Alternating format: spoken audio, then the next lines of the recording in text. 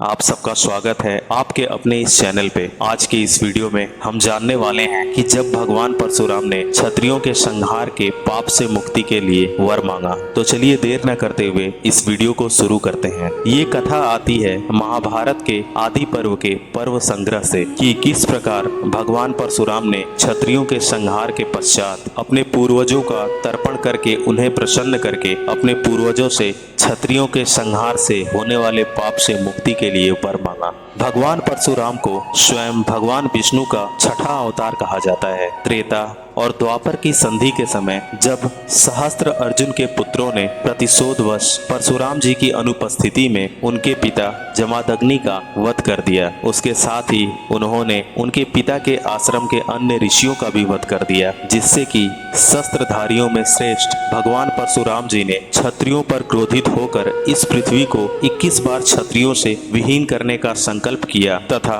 इस पृथ्वी को 21 बार क्षत्रियों से विहीन किया। तथा भगवान परशुराम क्षत्रियों पर इस प्रकार क्रोधित थे कि उन्होंने क्षत्रियों का संहार करके समंत पंचक क्षेत्र में क्षत्रियों के रक्त से 5 सरोवरों का निर्माण किया तथा इन सरोवरों में रक्त को भर दिया। इसके पश्चात भगवान परशुराम ने उन सरोवरों में भरे हुए रक्त रूपी जल से अपने पितरों को रक्तांजलि देकर उनका तर्पण किया। भगवान परशुराम की यह पितृ भक्ति तथा अपने पितरों के प्रति उनके प्रेम को देखकर उनके पितृगण भगवान परशुराम पर काफी प्रसन्न हुए तथा परशुराम के पास आकर बोले कि हे परशुराम, तुम्हारी इस पितृ भक्ति और पराक्रम से हम बहुत ही प्रसन्न हैं। महाप्रतापी परशुराम, तुम्हारा कल्याण हो तथा तुम्हें जो इच्छा हो वह वर हमसे मांग लो। अपने पितृगणों को प्रसन्न देखकर तथा अपने पितृगणों के इस प्रकार कहने पर भगवान परशुराम ने अपने पितरों से कहा कि यदि आप मुझ पर प्रसन्न हैं और मुझे इस पात्र समझते हैं, तो मैंने जो क्रोधवश क्षत्रिय वंश का विध्वंस किया है और उससे जो पाप मुझे अर्जित हुआ है, उस पाप से मैं मुक्त हो जाऊं तथा इस पृथ्वी पर जो यह 5 रक्त से बने सरोवर मैंने बनाए हैं वो एक प्रसिद्ध तीर्थ हो जाएं, जिससे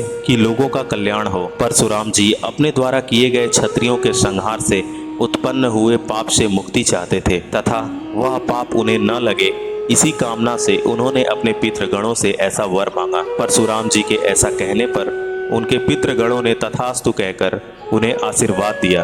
तथा भगवान परशुराम के पितृगणों ने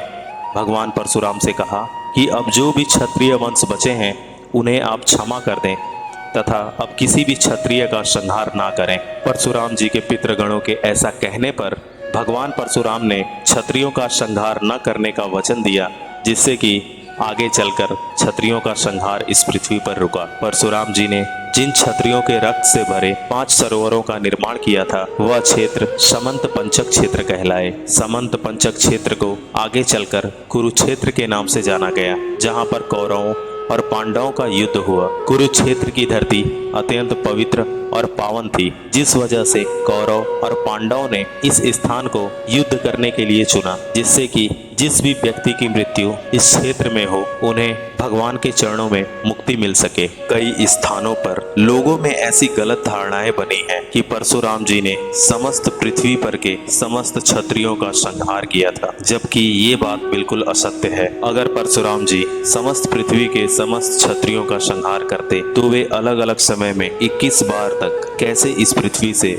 क्षत्रियों को मिटा पाते। बल्कि पौराणिक कथाओं के अनुसार भगवान परशुराम ने क्षत्रिय कुल के हैहय वंश का समूल नाश किया था, क्योंकि हैहय वंश के राजा सहस्त्रार्जुन ने अपने बल और घमंड के कारण लगातार ब्राह्मणों और ऋषियों पर अत्याचार किया था तथा भगवान परशुराम के पिता जमदग्नि मुनि तथा उनके आश्रम के अन्य ऋषियों का अपमान करके उनकी हत्या सहस्त्रार्जुन के पुत्रों ने की थी, जिससे कि भगवान परशुराम अत्यंत क्रोधित होकर हैहय वंश के संपूर्ण क्षत्रियों का इस पृथ्वी से नाश करने का संकल्प लिया। तो आज के इस वीडियो को हम यहीं पर खत्म करते हैं। अगर आपको यह वीडियो पसंद आया हो तो इसे लाइक करें, शेयर करें तथा इस चैनल को सब्सक्राइब करें। जय श्री कृष्णा।